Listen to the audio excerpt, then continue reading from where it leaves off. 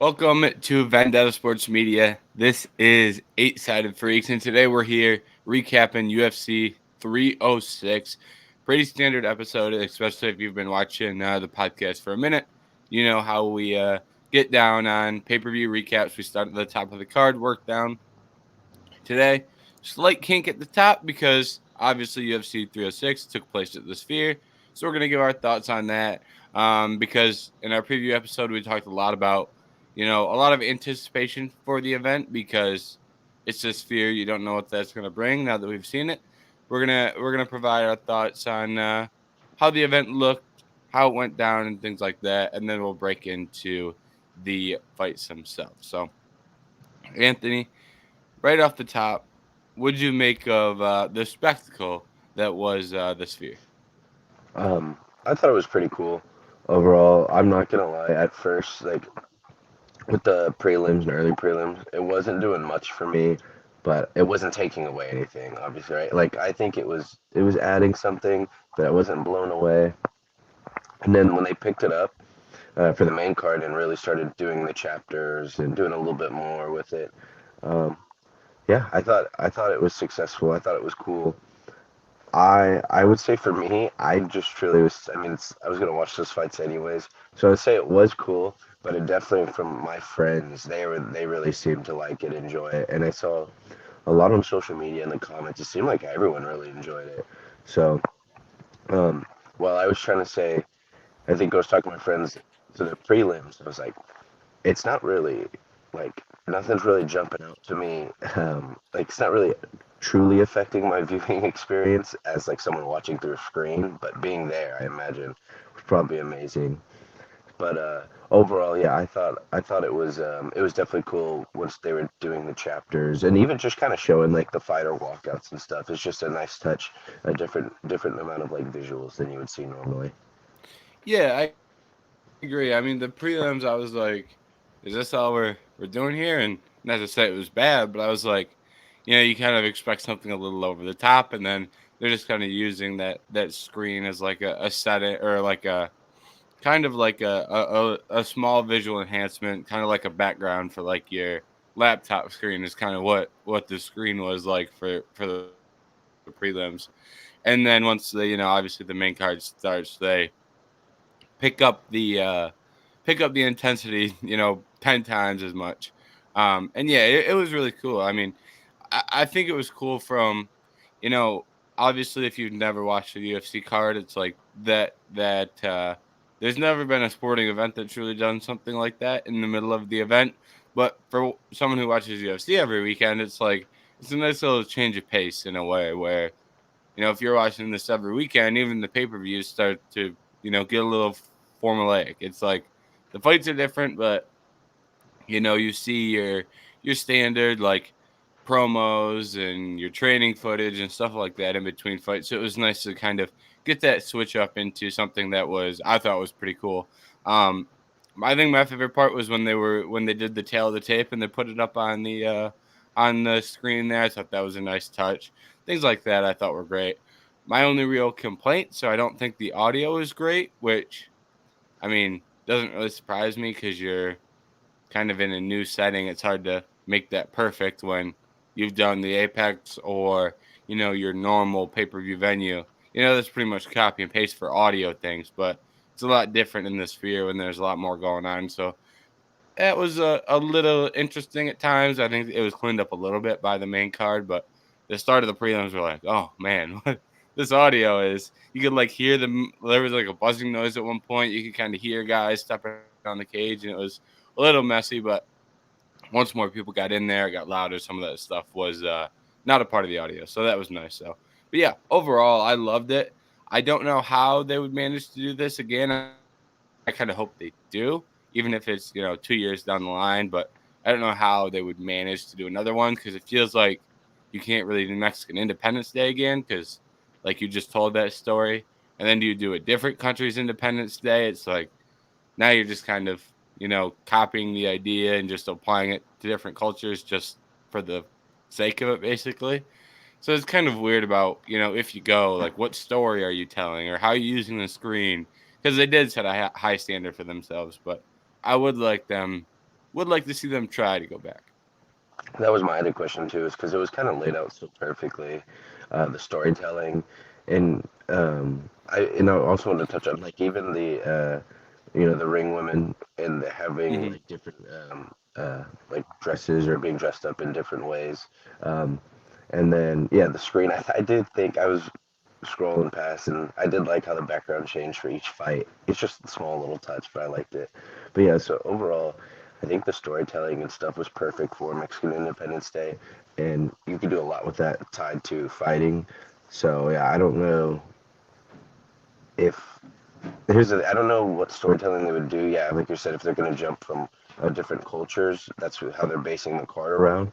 But or if they maybe can keep going in the direction of like tail of the tape and different backgrounds, or like kind of kind of be creative in that way. So we'll see. And the sphere itself is pretty much in its infancy. So maybe if other sports do stuff there, they'll get more ideas, and it could be even a little different the next time the UFC goes, if they go. Yeah, I agree. And it's kind of like what other like when you think about it, like what other cultures could you do and do like an Independence Day thing? Like Dana brought up the idea of the U.S. thing, but it's like you're basically just we would be telling a story about what you learn about in like middle school in America. It's like how interesting is that going to be? Like they fought off the British. It's like I'm not. I could really care less. You know what I mean? Or it's like I was thinking about it. They've been real diving into like uh MMA in France, and it's like, is that an angle you take with it? But then I'm like, how many French people are you gonna get in the sphere? You know what I mean? It's Yeah. like where you can actually get a large population of Mexicans when it's in Vegas. So it's like a weird like you really from like a location and getting like that actual culture in. It's really Mexican and US are your two best options, but the US isn't an interesting story to tell at this point. So I don't know that they're ever going to be able to replicate that, but maybe they don't. Maybe they go back again and it's toned down to a different degree. You never know. But yeah, I think it would be hard to pull off again. And I'd be interested to see if any other sporting events go there because I do think there is like a pretty high bar to match. For example, like if you take a boxing match there, like it's not going to be easy for your average. Like if you had Devin Haney headline that, it's like what the? I'm like, how are they going to match that? I just don't know if it's Yeah, possible. I don't know. So. The last thing was to say, my friend said the Sphere for Black History Month. Jones Lewis headline. That's not a I was bad like, angle, honestly. yeah, that's what I said. I guess like, yeah, you could do that. I don't know if Dana really wants to go back anytime soon, or specifically not that soon, but Yeah, that'd be a quick turnaround. But I mean, that gives John Jones a good excuse to not fight Tom. So exactly. maybe they make that happen. All right, let's get into the fights themselves. Starting at the main event, we had Merab Dvalishvili go out there, take out Sean O'Malley in what was actually a competitive fight if you just look at the scorecards, but it didn't really feel like a competitive fight for the full 25 minutes. Had Sean pick up 48-47 on two scorecards. So 3 rounds to two, pretty close fight. But, the whole time, a lot of momentum was on the Merab side of things. He was the one going out there, landing takedowns, doing work from top. I believe it was the fourth round. He landed a lot of ground and pound strikes. Fifth round, Sean O'Malley, almost wants to come back, lands a teep that hurts Merab, unable to follow it up with anything too substantial. But overall, it was Merab Dvalishvili going out there, cardio, wrestling, picking up the victory. Would you make of Merab's performance to win that bantamweight title? I mean, I thought his performance was good. He did what he needed to do. I think there's kind of pretty two clear paths before the fight, or if like Sean's gonna land the counter or Marup's gonna do exactly what he did. So there's no real shocker. But I mean, as for his performance, I guess I'd say, I mean, obviously the cardio still looks great. Um, Still good at takedowns. Still can't find submissions ever. Still not a crazy amount of ground and pound, but did enough. And then I will say thought he would shoot more too, but he was kind of fine with dancing around a little bit and being a little, keeping a little slower pace. But overall, yeah, he deserved the win. He did great. Yeah, I agree with that. I feel like his pace was a little bit more tame in comparison to what it has been in other fights. Um, Felt to me like he was very, which for Merab standard, he shot 15 takedowns in the Piotr Yan fight. He shot 50. So like this was like part of that was because there were some moments where he got some more control time, but still, this was a much more tame version of Merab. And when he was on top, he kind of you know set some of that ground and pound to the side in order to keep control, which in hindsight, when you see round five, wasn't a bad idea. So, I think it was a tame performance from Merab in comparison to his usual standards, but it still was the wrestling and the cardio. Um, One thing that I did like from Merab, which I think was a stark difference in between his fight and Aljamain's fight, was when he was on the outside, he's short and he's, so chaotic that he can just like run around, which made it hard for Sean to find him and land shots. When Aljamain, he was, kind of more wasn't as active in terms of moving laterally, forwards and backwards. Like Merab was just moving a lot. Like and sometimes it just felt pointless. So, like he'd bounce to his left, then bounce right back to his right, then he was just bouncing all over the place, which looks a little silly and he's doing whatever with his hands. But I mean, when you won't sit in one spot for more than a second, makes it a little bit harder for Sean to find that knockout shot. He never found it. So I thought that was a smart way to utilize his cardio in place of wrestling. If you're not going to go out there and shoot 50 takedowns, which you have the ability to do, go out there and move. So I thought that was an intelligent approach to kind of replace those takedown attempts with something else that kept him safe. And he was still, even though he had that type of movement that wasn't really doing anything, if that makes sense, because he obviously did enough to win, but there were moments where he's just bouncing around, not landing anything. He was still doing enough outside of those moments to win rounds as well. It's not like he was just running from the fight for 25 minutes. So I think it was a smart game plan, and I think that team, after Aljamain lost, I think they took parts of that game plan, stripped it down, and added things that Merab can do that Aljamain couldn't. Saw some things that Aljamain did incorrectly, adjusted that. So I thought it was good work from that coaching staff as well. Yeah, I agree. Especially like you were saying, um, the bouncing around and stuff. And maybe those were like placeholders for takedowns. That's funny to look at that way. But yeah, I think too, it looked like O'Malley never got comfortable and and he wasn't active enough, personally, truly, I think. But yeah, maybe it's when you're bouncing around and stuff like that constantly. It's someone that so heavily relies on like timing, and he's so such this great counter striker, just finding shots in all of his fights. And then someone's just constantly moving. Maybe you never are really able to get that perfect read. So, what did you think about the couple, like the Merab at the beginning of the fight, and then like some of the celebrations and stuff, or like mid fight, in between the fight? Yeah, I thought there was a lot of weirdness, things I didn't really like.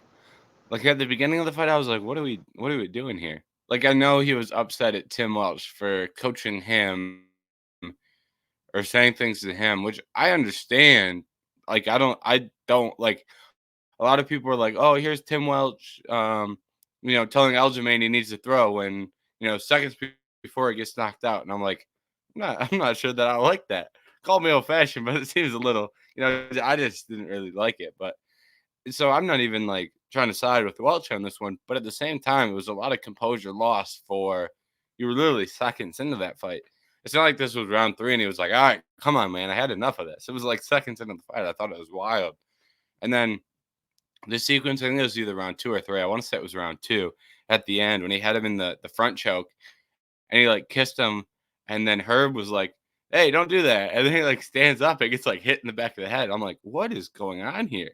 Like, I couldn't tell whether he got up because he wanted to get up or whether Herb told him to get up. And then Herb didn't like step in to like call the timeout. It was so strange. And then the the reffing from Herb in rounds 3 or rounds 4 and 5 got weird as well. With come on, work. I'm like, he landed like 70 strikes in round 4, and then 30 seconds into round 5, he's like, work, and then he was doing that the whole 5th round, and then with like 20 seconds left, he's doing it. I'm like, there's 20 seconds left in a championship fight. You're telling these guys to work? Like, what are we doing here? I just thought it was a weird night all around from some of the things Merab did. I mean, Sean did not really seem like himself. Um, and I don't think the officiating from Herb Dean was that great. So a lot of things that I was like, what is going on here? Just things that I don't really like to see from in an MMA fight, to be honest. Yeah, I thought I'm kind of with you there. I know when people were when the thing first came out that he was like told Aljo to shoot or whatever, or you gotta go, Mm-hmm. and then like people were like, oh, Yeah. so like big brain, so smart, and I was just kind of like, I don't know if that's that cool. Like that's kind of it's whatever, I guess. I mean, I'm not gonna like hate on it, but I don't think that's that cool as like people were hyping it up. But then yeah, I would agree. I thought the work thing was weird, especially considering people were making fun of, which we'll talk about. It's like they're telling Merab to work, and they didn't tell Shevchenko to work like once, who was like probably less active. Um, I'd say far less, like way, like yeah, not even close. uh-huh. So I don't know, but that's always been a weird thing. I know the commentary always gets vocal about it, like oh, tell them to work or standing people up and stuff like that. So it is what it is. At least. That that 5th round ended with a little bit of Sean O'Malley striking, and I don't know if how hurt Merab was, but it didn't. To me, I thought he was hurt a decent amount, like to the point where um, if O'Malley could have strung multiple significant shots together, maybe still targeting that like the liver or the stomach, there could have been something there. But then that's what I'm saying. Even like when you said he looked off, he he finally gets him, and he Marab shows it like pretty heavily, and then he actually got him a little bit again, not even that good, and Marab showed it again, and he had 50 seconds, a minute left to do something, and still never really looked like he was that aggressive after just losing 4 rounds or 3 rounds, maybe winning one of those, but yeah. So Yeah. I agree. I think that was the strangest part of his performance. I can cast off some of the things, especially at the beginning, to not having good enough, takedown defense, or not having good enough get ups once you get taken down, or not having good enough cardio. When there's 50 seconds left and you've got a guy in front of you that's hurt and you need a finish and you're not throwing, it's very weird. Like, just I don't know whether it was like mentally he was just like maybe the pressure of the event got to him. I don't know, but I agree. I think that was the most confusing part to me that I can't really rationalize. At times, I try to give guys the benefit of the doubt in situations like that, even if I believe they should have done something different. I try to at least understand like why was this your concern? Like what was like Merab wasn't hurting him the whole entire fight. Like how are like you you're the one who has him hurt. You haven't been hurt all night. The worst that's going to happen is you get taken down. You don't do anything, you could get taken down anyway. So I didn't understand that aspect of it. Even if you're tired and you're going to throw sloppy shots, I mean, the risk reward is just so. I mean, you got to take the risk in that scenario. So I think that was weird. I 100% agree with that. And I said at the beginning earlier, I was kind of talking about the scorecards. Now they scored at 48-47. I do think he won the 5th. Like I think that was pretty clear. A lot of people were saying 50-45, and I was like, thankfully it didn't have to become a point of issue or a point of topic. But I mean, he hurt him pretty bad. It looked like to me. That's the definition of winning around. So when you've got someone hurt pretty badly at least once, then like you said, got him a little bit again. Like that to me is like that's a clear O'Malley round. Obviously, it doesn't matter, but still, it's to me that was a pretty clear, you know, round for O'Malley. Just when you're yeah, looking at how do you score around, I thought that was a clear O'Malley round. I I had 5 as well, Claire, and then I think I had 3 a little bit, but that one was close. Was Hmm. close. I agree. So I had three. 5 and 3 were the two round. I mean, one was competitive too a little bit, but then too many takedowns towards the end and stuff. So and then obviously yeah. So I mean overall, that's what like you were saying. If you look at the scorecards, it was competitive a little bit, but overall, my only issue, and I think one of the reasons that is too, is like, oh look at this, domination by Merab, domination by Merab. Like we just said, how do you dominate the fight? And Sean O'Malley was the closest one to finishing Merab. Just it's insane. Like there's all this control time, all these takedowns, but there's no real submission threat. And then there's just not really significant ground and pound or anything. It's a lot of knees to the thigh and short choppy punches with ground and pound. Don't get it wrong. There was a couple times like round four, I think he was finally getting them a little bit, letting it go and stuff. But it just amazes me that one like liver shot to the fifth round is like the most exciting it gets in terms of being close to a finish for fans. Yeah, I agree. I kind of want to talk about that as well, but first, I want to touch a little bit more on the fighting aspect. And yeah, I agree that Merab didn't do much from a top position, and there was a couple moments where I was like, "Why don't you try and take the back here?" Like he's just holding on from almost like it's almost like the starting position in wrestling, but he just got his hands locked. And I'm like, "Why don't you try and get some hooks?" And then I was like, shit, he may be too short to do a body triangle. Like his legs legit might not be long enough to do a body triangle. Obviously, that is not, you can do an arm triangle from top. There's other submissions you get. It doesn't have to be a rear naked choke. But I was like, shit, this guy legit might be too short to try and go out there and submit it with the rear naked choke. So I just thought that was comical when I was watching the fight. I was like, I don't think I've ever seen him with the body triangle on somebody. So, um, but this is a larger issue in Merab's career where I believe he's got one finish in the UFC, and it's Marlon Rice, who, when he went out of the UFC, was getting finished by everybody.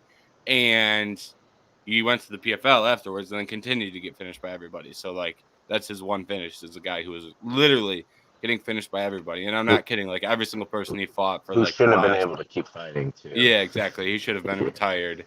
And he had, like, 8 consecutive losses, all by finish in the first 2 rounds. So, and his was like, in terms of knocking out Marlon Rice, there's like Song Yadong knocking him out, Corey knocking him out. They Corey. like absolutely just massive shots. And I believe Merab got like ground and pound from top. It's like, but the point you said about the fans, and I believe there's like misconceptions in MMA, or maybe misconceptions isn't the right word, but I think there's a lot of people who are like, this is MMA. If you don't like to see that type of fighting, go watch boxing. And it's like, to me, it's just so weird because one of the things that I've talked about on the show before is one of my biggest priorities is always seeing the sport grow. Right, that's one of my biggest priorities always. When I'm thinking about like what happens at a fight, or should we change this or that rule. And one of my biggest priorities is always, is this helping the sport? And going to the Sphere, changing up the venue, promoting it the way they did, I think helped the sport. I think a lot of these fights on this card help the sport. We'll talk about some of them later, but for example, Esteban, Ribovics, Daniels, Zellhuber, great fight. Imagine watching UFC 306 because it's at the Sphere and you're like, oh, what's going to go down here? And you see Ribovics and Zellhuber in there throwing down. Like, that's compelling stuff. And then you get to the two championship fights, the most important fights of the night. And Merab didn't do much from top. He did a little bit, but this is on top of Valentina going out there for 25 minutes and not doing fucking anything. Nothing at all. Valentina was 10 times worse, in my opinion, than Merab, but I do think it's a bad look for people who are, watching the sport for the first time. Like, for example, when we had Khabib and Conor, Khabib went out there and out grappled Conor, but he's like mounted ground and pound and chokes him out.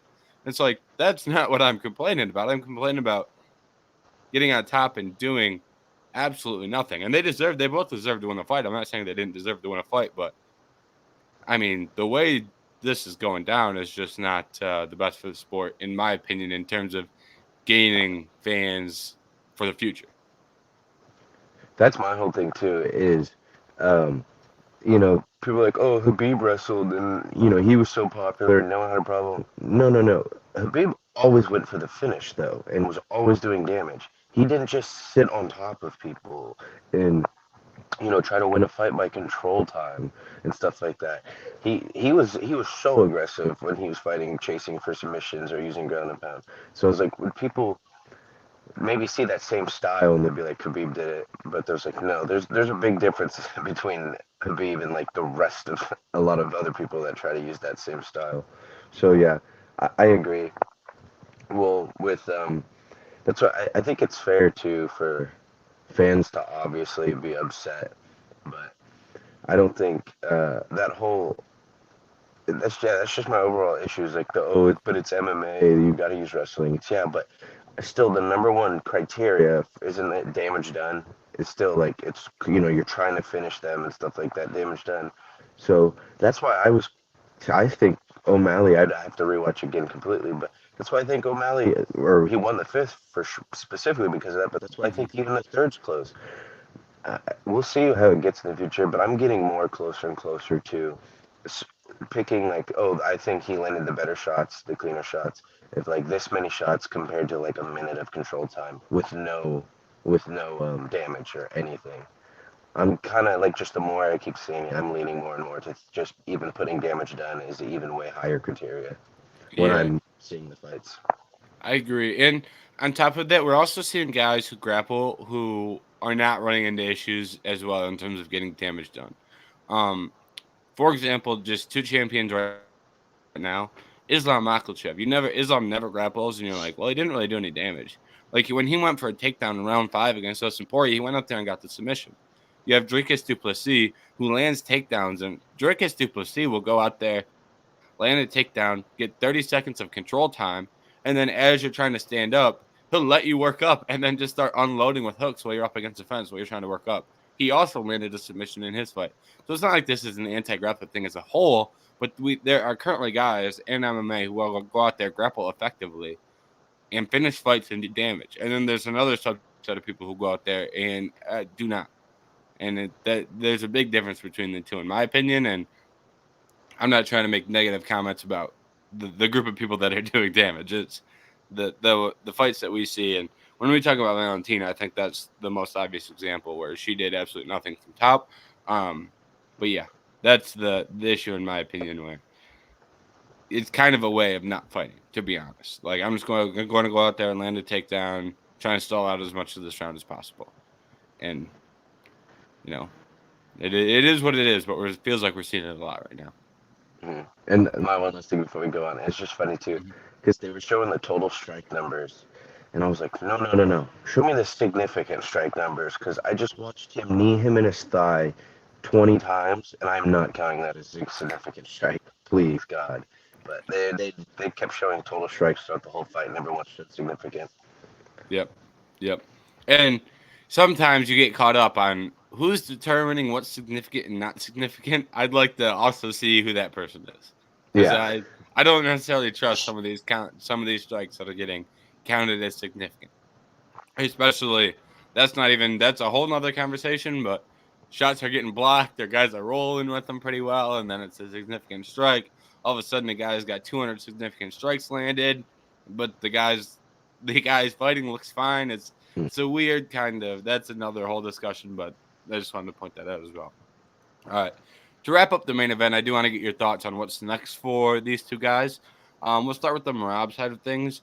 Do you think this is just as easy as giving Umar the shot, or is there a different bantamweight out there that you think deserves a look?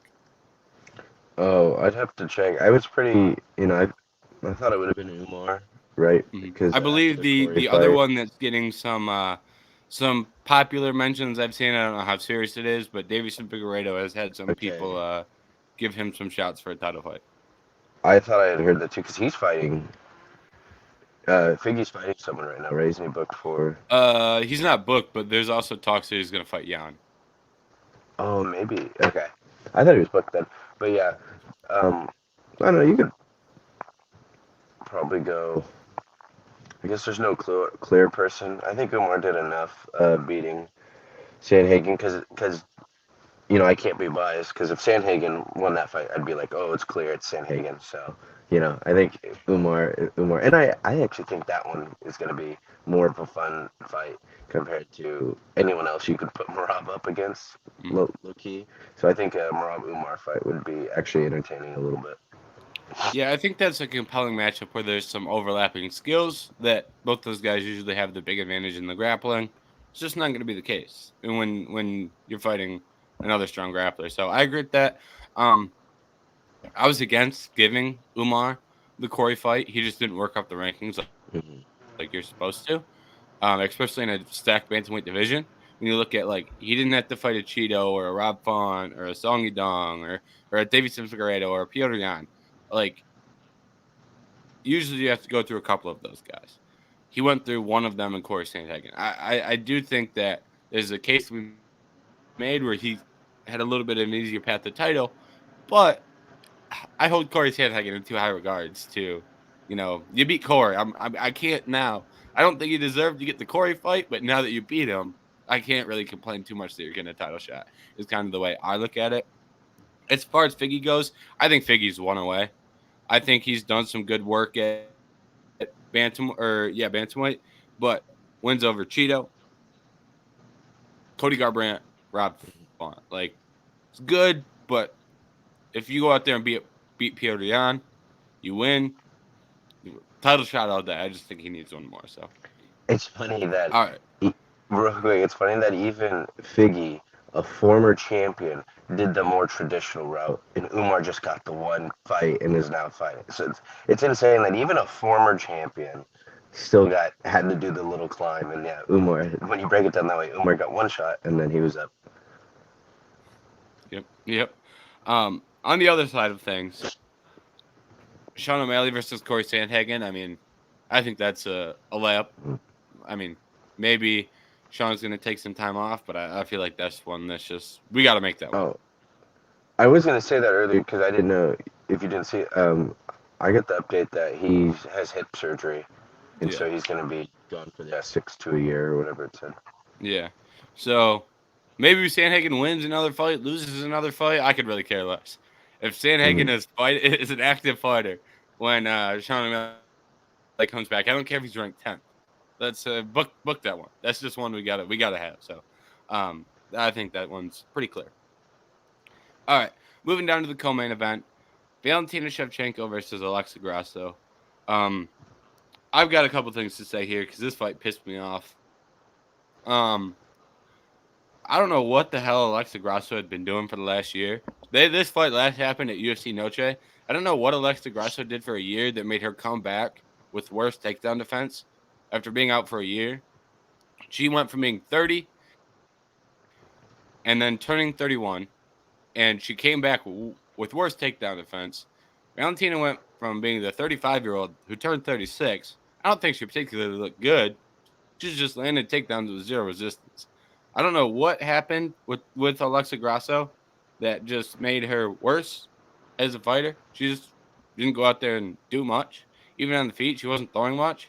It was like it was weird because in the second fight when they got in like long boxing exchanges, like when they were trading hands, Alexa was landing. And then in this fight, Valentina would just go out there, throw three punches, and Alexa would just not throw back. I'm like, what's going on here? That's not. She's giving you the path to victory, and you're just standing there. And then she'd get taken down, and like there were a couple times like Valentina would land the takedown in less than a second. There's literally no resistance, no sprawl, no underhook, no wizard, no head part, nothing. It was just takedown, fall over. Like it was crazy to me. Um, and then Valentina, who's just landing free takedowns all night, does nothing from top. Absolutely nothing. She landed. I just had the stats pulled up. She landed 80 of 179 on their significant strike. Oh, that's fight two. What the hell? Never mind. Let me find the Wrong stats. wrong stats. Well, I looked up. I was like, Alexa Grasso didn't land that many strikes in that fight. But point being, while this loads, I mean, Valentina did nothing, and Alexa from bottom was just throwing up submissions. I'm like, you're a yeah, boxer. Why are we on our back throwing up submissions? Not saying you can't land one, but you're a boxer. Like Uh-huh. you're not like it's not like you're Diego Lopez. You got Lopez in the corner, but this isn't necessarily your path to victory where you're going to land these.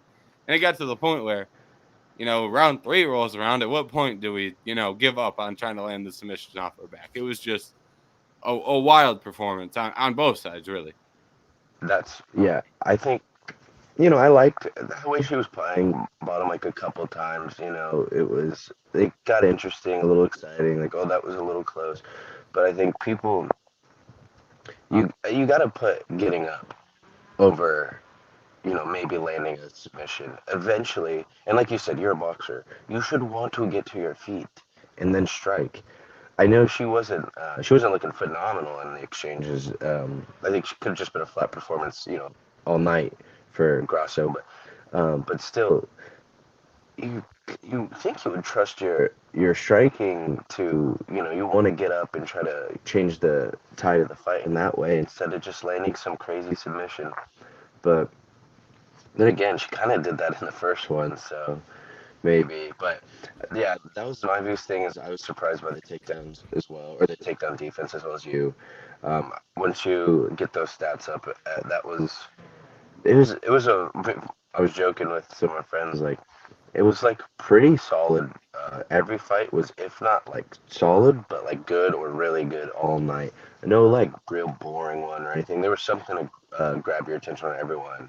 And then the two most important fights are coming.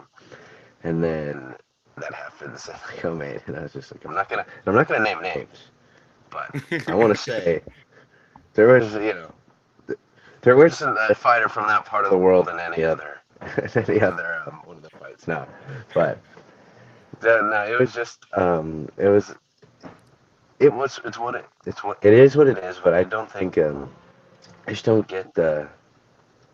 God, like it was just so bad to see in a co-main. I know Dana was pissed after too. Yeah. He was saying like, "Oh, hopefully the fight fans or like new fight fans turned it off before the two co-mains," which is so sad too to hear when they're supposed to be the two And he's most right. hyped up fights. This is the Yeah, bad part. Usually Dana's like, he's just being cranky today. It's like, no, he had a good point. Like, honestly. And then as far as stats go, we're gonna start with Alexa Grasso because these really jump off the page. Threw 100 strikes, landed 18 total strikes. Landed 18 of her 100, or those are significant strikes. Excuse me. Landed 18 of her 100. She landed 159 significant strikes. I'm pretty sure those were all from bottom. Just those. I'm gonna punch you in the ear yeah. from bottom position.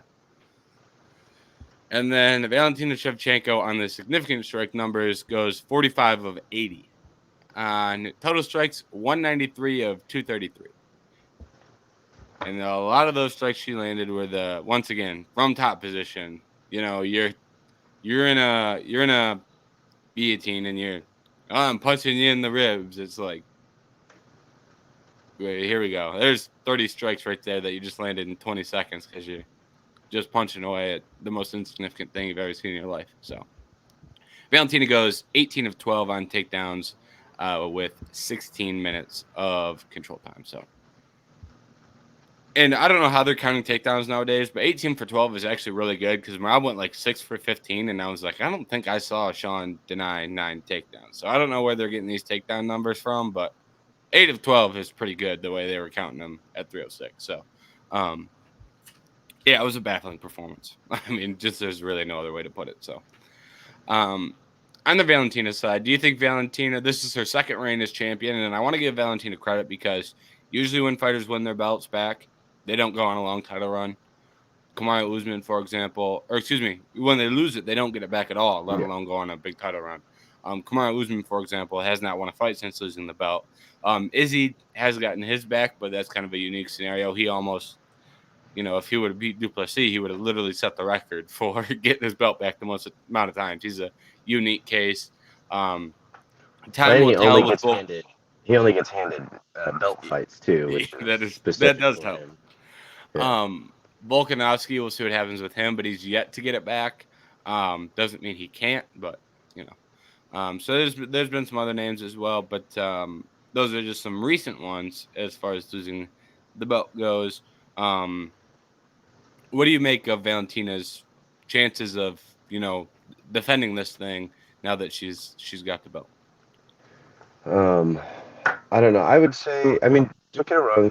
It's hard to say. She looked good overall. Just the wrestling looked good, I guess. The striking and yeah, I thought actually the striking was decent at times too. But it was just like the finishing and the being too fine with just control time. But the other thing we talked about before the fight was that, let her make a mistake. She didn't do that in this one, so I guess that's a plus though for her. But overall, I think that division. Let's see who's. Yeah, I think there's too many good people in that division that I don't really see her winning more than one in that division because uh, Minion Fior, Aaron Blanchfield, Macy Barber. I mean, you still got Rose. Oh, Natalia Silva. No, but there's just that division is just. I think there's way too many good people, and I just think she's too old and stuff. And if that's what your wins are gonna look like, at this age, I think against some of those other opponents, it's not gonna. Some other opponents with wrestling too is what some of those women have. Grasso was kind of the lucky case for Shevchenko, where she's always kind of struggled with takedown defense and stuff. But some of those other women actually are fine with that. So Yeah, and it doesn't help that when you go back and you zoom out of the Alexa Grasso trilogy, you go one step back further. It's the Talia Santos win that she definitely lost, and she lost because she got a grappled for the first 3 rounds. So now is wrestling the path to victory? Because I saw you get out grappled too recently for your path to victory be grappling. And that was 2 years ago. You were 34, now you're 36. Did you get better at grappling in this period of time? Or did you go from fighting a good grappler to a not good grappler? I'd probably say that she didn't fight a good grappler. And for I think a good way to put this is when I've wrote my previews for these fights. In the first fight, I picked Valentina because I thought she would just go take Grasso down because I didn't think Grasso could wrestle. And then I picked Grasso in the second one because I thought she got it done once. I thought she could make improvements, get it done again. I made that pick purely based off the ability to make improvements in the grappling realm. Kind of, I looked at it the same way I looked at Leon and Kamaru going from fight 2 technically to fight 3. Kind of applied that logic to the Grasso Shevchenko one. They draw, then we run it out here again, and we see, well, there really weren't any grappling improvements. So we've seen Grasso not be a good defensive grappler. And if you're just looking at these rankings, the names you listed, like Manon Fior, I just watched her defend takedowns for 25 minutes against Aaron Blanchfield. Like, I don't think Shevchenko's going to go out there and out grapple her. You put Blanchfield in there, I think Blanchfield out grapples Shevchenko. Macy Barber is going to go out there and make it a dogfight, and we'll see who comes out on top. She's at least going to make it a contest. Rose, I personally think Rose is in a similar belt to, or a similar area as Valentina, where maybe Valentina wins that. I just think Rose and Valentina are actually at similar points in their career as far as being, a little bit on that downswing. And then Natalia Silva went out there and defended takedowns against Jasmine Judovicius, who's like the biggest fighter in the division. So I just can't be optimistic about her beating, what's that? 1, 2, 3, 4, the top 6 fighters. Like, it's just, maybe they go and throw a Rose, but if they throw her Manon Fior, I'd be pretty confident Manon wins. So yeah, as far as Grasso goes, this division is just kind of like we've got 6 people here at the top that haven't really fought each other. Grasso, Blanchfield, Barber, Natalia Silva. Just 2 and 2. I don't think it's that complicated. yeah. I give Grasso any of them. I think it's more she needs to finally fight someone new. And win or lose, but it'll be at least entertaining, get more eyes, because you can get boring seeing the same thing for 3 times. Yep, I agree. It will be nice to get some parity there, and no rematch or no 4th fight. I think is the most obvious call of all time. The way that 3rd one went. Yeah. All right, let's move down to some more entertaining fights. Diego Lopes versus Brian Ortega. Ortega ate some big shots early in this one, and that was kind of the trend the whole entire fight. Diego Lopes went out there. The combination he landed early looked looked like it borderline put Ortega out, but then once Ortega's hurt, it's just like once he's off the ropes and he's recovered, now his chin is like 100 times better.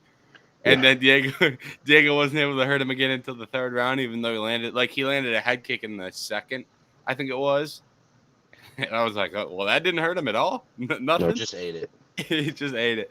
Um, Ortega wasn't, or excuse me, yeah, Ortega wasn't able to go out there and land takedowns really, which makes sense in hindsight. I thought there was a chance Diego would get tired and he'd land takedowns, but I think Diego did a really good job of once he didn't finish him in that first 2.5 minutes, he kind of, I don't think he pressed the finish too much. Like he didn't really do much for the last 2 minutes of that round. The first 3 minutes were 100 miles an hour trying to take your head off. And then he kind of calmed down and was like, all right, if I didn't finish him there, not going to finish him probably.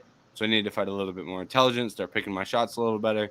And that resulted in him not gassing out. So I thought it was a great performance from Diego, even though he didn't get that finish. I think he showed a lot of maturity and thought in how he approached that fight once he didn't get the early finish. Yeah, I agree. I think too with the Ortega call. He's well, he's not going to finish him. That's still true. I mean, like that's insane. The stuff he was getting hit with. Um, and then I think the other thing too of why Diego looked gassed in that last fight is I was watching someone, I forgot he did have to cut weight like a couple times just because of it was at the normally scheduled weight, and then someone came in, they were going to try to get it, and then it became catch weight again. So there was that thing, I could see that of like the whole change of opponents, the way that just didn't work out like it should have, or like it normally should have. Maybe messed with his weight a little bit or in his cut, and could have been why he gassed a little bit, because yeah, he did look fine in this fight. And then I think the other thing for Ortega, like we said, is just that he has such great jujitsu and all this stuff. He just can't ever use it. And his his takedowns looked a little better in the Yair one, but just obviously still not good enough for the top people of these divisions. And so he wasn't able to get that going. But overall, yeah, I thought Lopes looked amazing. Great striking. Obviously, I imagine when you absolutely almost knock someone out in the first 10 seconds or 30 seconds, the rest of the fight's probably going to be a little easier too. But no, he looked good. And I also wanted to say, I saw the stat of I don't know how many strikes Lopes landed, but not a single knockdown, and that's amazing. Yeah. Yeah, somehow Ortega found a way to go down the most you possibly could without being knocked down. It was it was wild. He like sat down in like a squat basically, but nearly touched the ground, but no knockdown. Clean No, slate for Ortega. Um, yeah, and I don't. In hindsight, I don't think I personally gave Diego Lopes enough credit for his win over Danny Gay. Just with all those circumstances, I gave him, if I remember correctly, I gave him a lot of credit for saying yes to everything they came at him with, but I didn't, take into account how much that would affect his actual performance in the octagon because Danige was coming off the couch. But that doesn't hmm mean that it can't affect Diego Lopes's cardio just because you're fighting someone who literally came off the couch. And Ige was in fight camp as well. He was training for a fight. So it's not like he was, coming off the couch in the sense that he was literally doing nothing. But yeah, so I don't think I gave him enough credit for that. And I think his cardio was reflected in this one about how it's not as bad as I perceived it to be. Maybe that doesn't mean he's got 5 rounds of gas where he can fight at a hard pace, but I don't think it's going to be as bad as you might lose a 3-round fight because of your cardio. Um, so I think we're still in that middle point. Maybe he goes out there, fights hard for 5, and credit to him, that'd be great. I mean, I'd love to see Diego Lopes fight hard for 25 minutes. It'd be a sensational fight.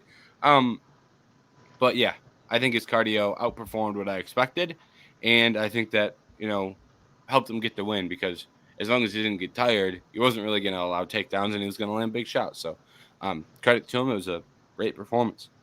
Um, Looking at, I think this division is now in a weird spot because we're talking about a division that has a title match booked up in Ilya Taporia and Max Holloway. And then these rankings are kind of like people are talking about Movsar Evloev and Aljamain Sterling, the winner of that fighting for a title. Those guys are ranked 6th and 9th. You can't really give it to Ortega, who's I shouldn't say you can't really. You literally can't now that he's lost. Same can be said for Yair, and they're 4 and 5. So I don't know who Diego Lopes is going to fight. Like, the only guy ranked ahead of him is Alexander Volkanovski. And, like, is that the fight? Maybe it is. But I just don't. To me, that is it's a big decision to make Volk, not a decision to give Lopes that big of an opportunity against a guy of Volk's kind of, at minimum, name value on top of his legacy. Yeah, I said the only other thing too is I don't know. Depends what they really want to go, what direction they want to go with Folk, because they could maybe wait for the Sterling Mofsar fight, and then that winner gets to fight Diego, and then that's the next contender. But then at that point, you're kind of putting Volk on the back burner, and But then you could. He's already beaten a lot of these other people too, though. Actually, so that's where you start running into that issue. You still have Arnold Allen in there too. I don't know. I think the names are good. I think this weight class is good. So there's stuff to do here. It's just a little jumbled up, confusing right now based off who the champions are or who the champion is and who like the contenders are. But Yeah, and I do think this is a unique scenario as well, because usually you could say, well, we've got a 145-pound fight between Ilya Taporia and Max Holloway for the belt. In a lot of scenarios, you could just say, oh, he could fight the loser. But, like, could he? You know what I mean? Like, if Max Holloway loses, does Max Holloway versus Diego Lopes make sense? I'd say no. I'd say that Max would probably go to 155 and do stuff with his BMF belt, whether it be Poirier, Gaethje, McGregor, whoever. I just wouldn't necessarily see him taking a 145, contender fight when he's got the BMF belt. To me, that doesn't really make sense. Maybe if Topuria loses, you could do Topuria and Lopes. That's a possibility. But I do like your idea of the winner of Sterling and Evloev fighting Lopes for a number one contender. And I think at the same time, what that would do is I think that would also give Volk a title shot. Because if you have those two guys, the winner fight Lopes, you could then have Volk fight Topuria, the winner of Topuria and Max, and kind of give him the respect of, hey, everyone says you're the featherweight GOAT. We'll give you one more shot at it. Like, I could see that happening. And then that also gives you time to where that next championship fight probably takes place at a similar time as to when Lopes would fight Evloev or Sterling. So I think that may be the way this gets sorted out here, if that makes sense. It's a lot of moving yeah, pieces, but that may be the course of action. and that's what I was saying. It depended on what direction they wanted to go in Mm-hmm. because it's either you want them to fight for the belt or maybe you should kind of start doing some of those other fights of just like big names, maybe even easy or whatever, blah blah blah. But Yeah. I think I'd be fine with that Yeah. because for the Poirier fight, when was he knocked out before? Like, what was the time frame of that? He was knocked out in February of this year, and then he was knocked out in I think October of last year. Okay, So it was Makhachev in October, and then Topuria in February. and that was a quick turnaround for that knockout. So, maybe. And after he was already, helping out the UFC, fighting Islam twice and stuff, I'm not totally, Yeah. I don't mind him necessarily getting this rematch and stuff, and I don't mind that. I'm glad. I think it's probably even better that he's had some time off and stuff. So, Yeah. By the time he would fight for a title, it'd probably be January, February of next year at the earliest. That'd hmm be, maybe even later than that. So I think it'd be a year, almost a year, probably more than a year if he forced me to guess for his return. So I think that'd be good for him. All right, on the Ortega side, real quick, do you want to see 55?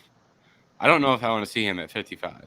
Like, there's no, interesting matchups there, but I just see him get hit really hard at 145 and struggle to get takedowns. And then I think to myself, we're going to go up to 55 where guys hit harder. It's going to be harder to take them down. I'm just not sure that's a good idea. Yeah, I don't know what to do. I think he should probably work on some takedowns, but he hasn't done it throughout his whole career. So I think, I mean, he's just also such a inactive fighter, though. So that's why it doesn't really matter.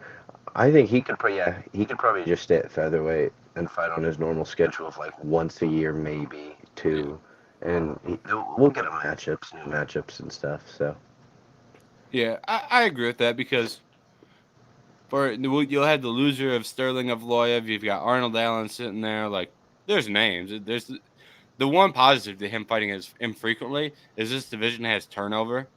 Like when he lost his belt to Max Holloway, I think he took 2 years off because he needed to, because he got beat up pretty bad, and then he fought Korean Zombie, who's now retired. So it's like there's been so much turnover and just the amount of time he fights. It's like he fought Yair twice.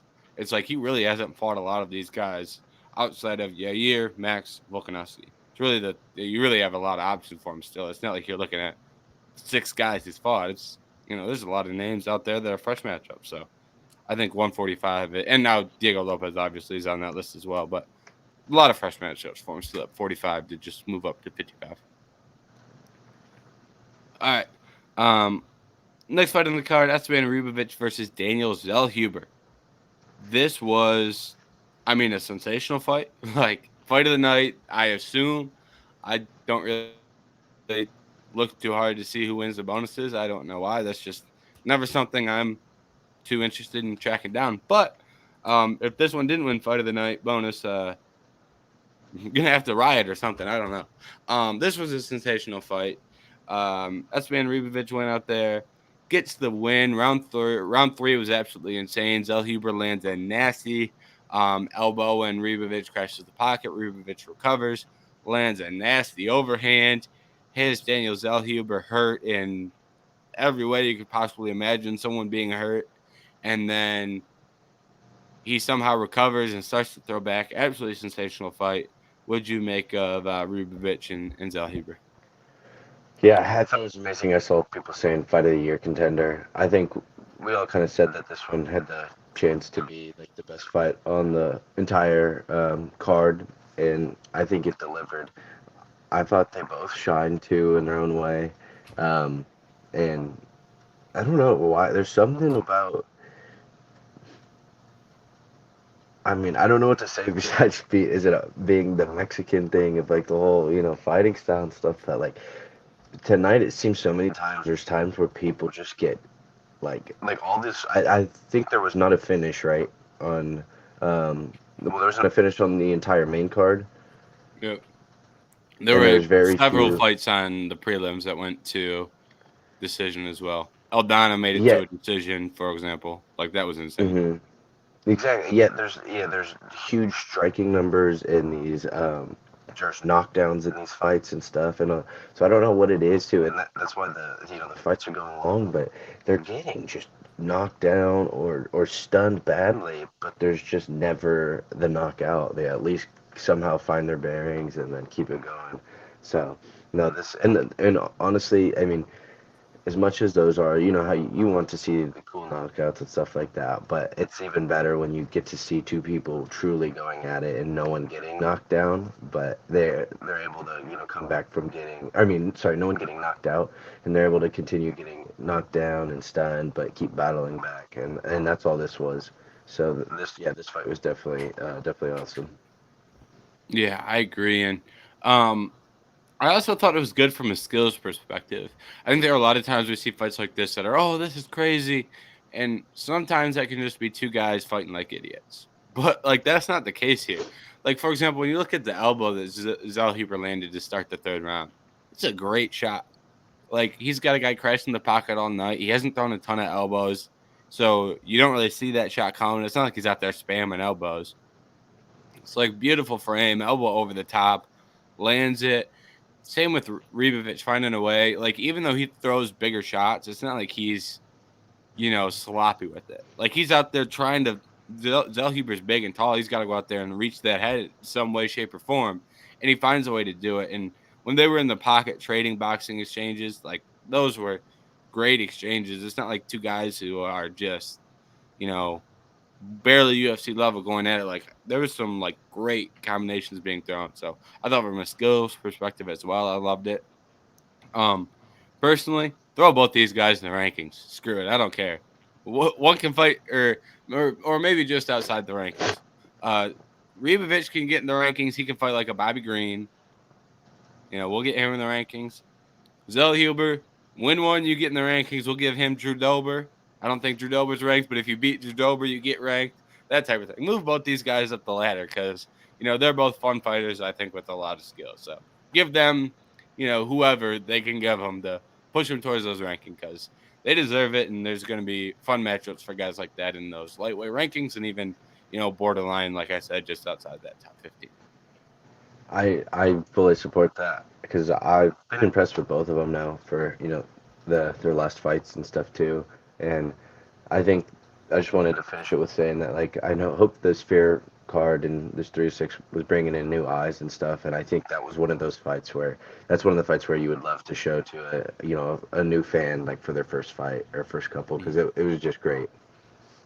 Yep. And in the future, I mean, those people will probably see Ribovics and Zellhuber and go, "Oh, I want to watch that fight." The first time I watched the card, I saw them throw down. Like, I don't know if this is the same, but UFC 300 had a lot of fresh eyes. Max Holloway goes out there, knocks out Justin Gaethje.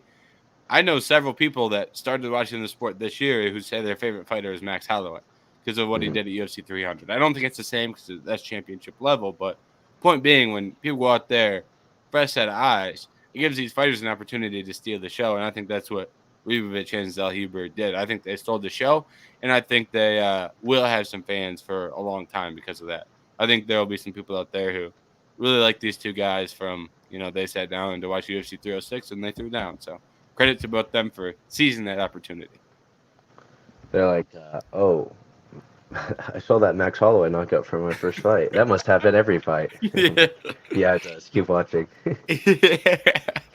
Yeah. Watch this one, Sean O'Malley and Merab. No, I'm sure they'll do the same exact thing.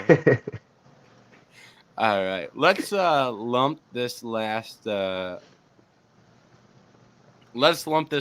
main card fight in with final thoughts, if it's one that piques your interest for final thoughts. So, because like we talked about a little bit, that ended up being a good fight, entertaining fight.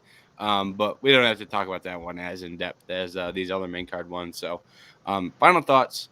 What are some things that stood out to you from these prelims? Technically, there's early prelims as well, but there was only one. What stood out to you from this card that we haven't talked about yet? I will start by touching on. I thought the Ronaldo Rodriguez fight was pretty good. Um, Once again, like just gets clipped and it's like almost submitted and beat up, and then you think the fight could get finished. The second round, he's the one doing it. You think the fight could get finished and he could get the win. I know there was. I thought I was fine with him winning. I was also fine with him losing. I wouldn't have been like a robbery in any way. I know. So I just think it was a super close fight. So I was fine with the Rodriguez win, but overall, pretty decent fight to open up the card. I thought it ended up being, which is fine because we've thought some other ones should have been higher, and I'll touch on some of those other ones. I thought the one I'll start with, or I'll start. I'll give two. Rosas, you know, you would like to see a finish there, but once again, another decision gets his Cheweewees moment though, and so people seem to like that. And then, The timeout. That's a great way to put that. People seem to like that. I yeah, I agree with that because I was talking. Me and my friends are like, all right, I don't know why we're doing this, but that's a good. People seem to like it. I don't yeah, know who those people are, but they seem to like it. So credit to them. I mean, exactly. Or like I'm doing that, or I watch that. I'm like, okay, cool, get the crowd into it, and then me and my other friend that are watching it aren't really moved by that. But then we have another friend that like hops on Xbox later and it's like Cheweewees is the first thing he says, and I was like, all right, there's a market for it. And but the last fight, it was the Edgar Chairez and Joshua Van. That was the other banger I think besides the Zellhuber and Ribovics, but that one too. Joshua Van, very small. Chairez looked like he was towering over him. Chairez was chopping him up. I think body, head, leg kicks, everything, definitely winning. And then Joshua Van turns the tide. I believe it was the second round. Um, and then has Chires wobbled, who's staying alive once again, hurt bad. Uh, Looks like he might get finished. He was holding himself up with the cage, like falling over, and then throws a Hail Mary spinning back fist, connects. Joshua Van's now rocked, pretty bad. Then that fight goes to the ground. I think they get back up, maybe a couple more strikes thrown at the end of the round, and then third round. So that went all the way through.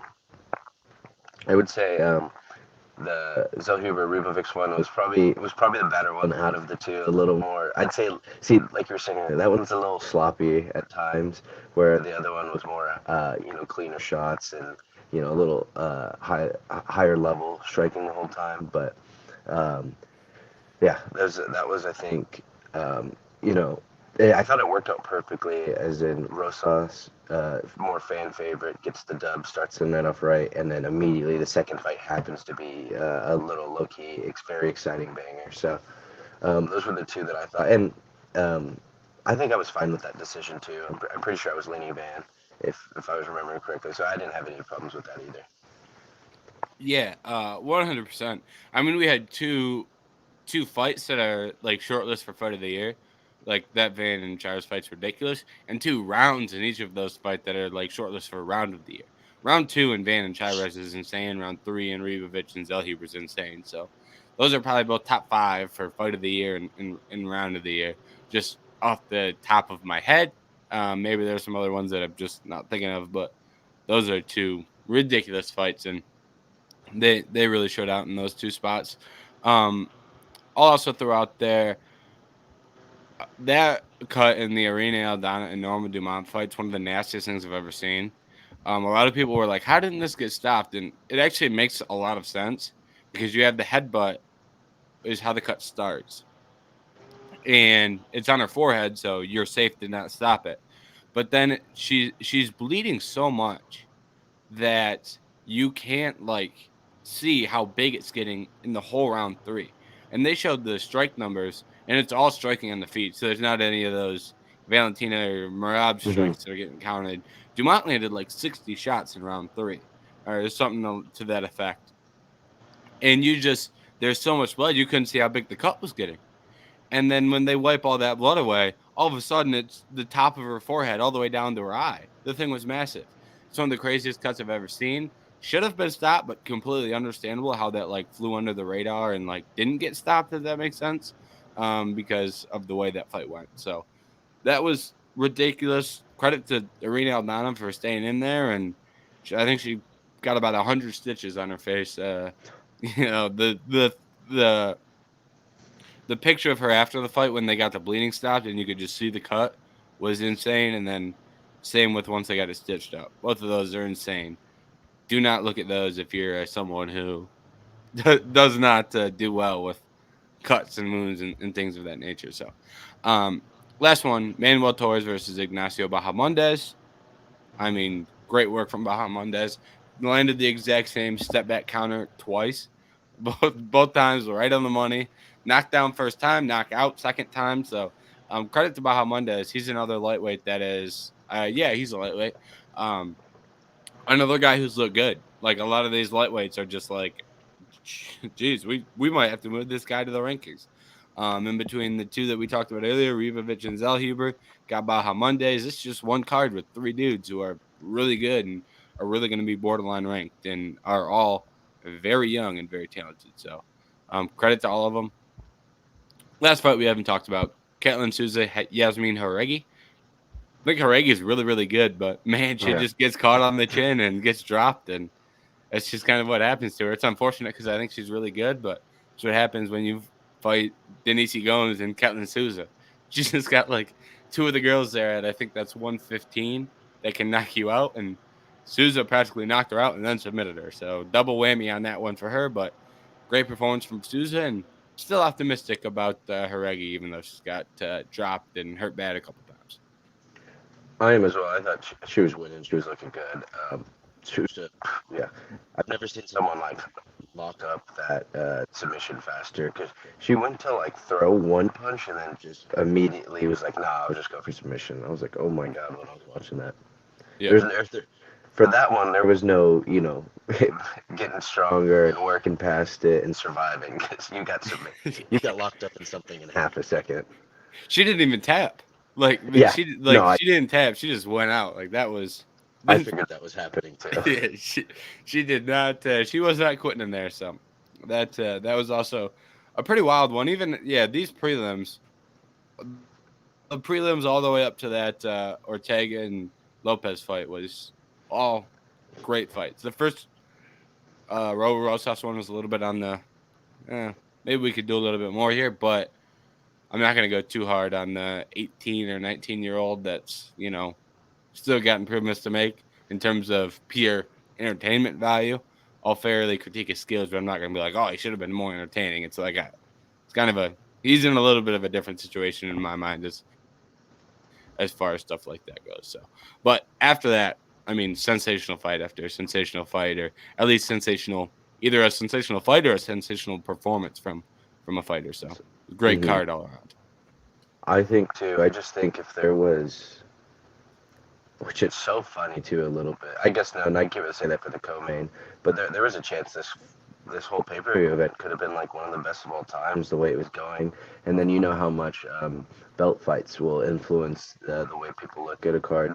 And I was gonna say, it's kind of funny that it was like all Mexicans leading up to it because it was Noche and Independence Day and then like the two most boring fights, but are at the top of the card. But no, I mean it sucks too. This is unfortunate how it works out sometimes too when it's Noche or they do they like the UFC Canada was the bad one, but a lot of the Mexican fighters were losing too. But overall, I think it's still the atmosphere still seemed fine from the outside looking in. Yeah, and that's one of the other things that we didn't really mention at the top, or at least didn't go in detail on, was we, from a viewing perspective, from our couches like the Sphere, like the atmosphere felt good from the couch. I can only imagine how it felt there, but I can only imagine what it was to watch the things they were doing with the Sphere being there in person. So I imagine from like a live viewing perspective being there, that card was probably absolutely insane. I Oh, couldn't have, I like, 100%. yeah, especially like they had two big moments on the screen. Like when they first started showing it, I was like, and like when they started the main card, I was like, this is crazy. And then when they did like the right before the Ribovics and Zellhuber fight, they had like it was kind of like confetti dropping down. Like that was another moment that was like that's cool. Imagine like that moment of like the end of that movie or chapter was sick from like a viewing perspective, and then you roll right into Ribovics and Zellhuber. That stretch there must have been just live in the arena must have been absolutely electric. Mm-hmm. Yep. All right. Wrapping up this podcast here. We went a little deep, but that's all right because there was a lot to talk about. Usually we don't have to carve out a section of the show to talk about the venue that they're doing. So special event, but no card this weekend. So next week's podcast we'll preview. I think we've got UFC Paris as the next card with Benoit Saint Denis, Renato Moicano, Brendan Allen versus Nasruddin Imavov is on that card as well. So that's actually a pretty good card. Gives us something to preview. Hopefully, we get some news between now and then. I wouldn't be surprised if we get some more. Actually, we can talk about the fight news of Chandler and Charles Oliveira. We don't really have time to talk about that today. We'll push that to next week, and we'll talk about that John Jones card a little bit next week as well, because I believe, or at least I'm hoping, we get some more announcements for that card, because don't really have that card fleshed out yet, and that's the next pay-per-view they'll be announcing fights for. So hopefully in the next week or so we get some updates on that, and we'll throw that into next week's show as well as UFC Paris preview. So that's what you can expect from us moving forward. Also, make sure you check out vendettasportsmedia.com. A couple UFC articles went out this week, so there is some more UFC content from a recap perspective as well. We usually just have the preview stuff, but we got some recap stuff you can check out there right now as well. So thank you for tuning in to this episode of 8 Sided Freaks. We will catch you again next week.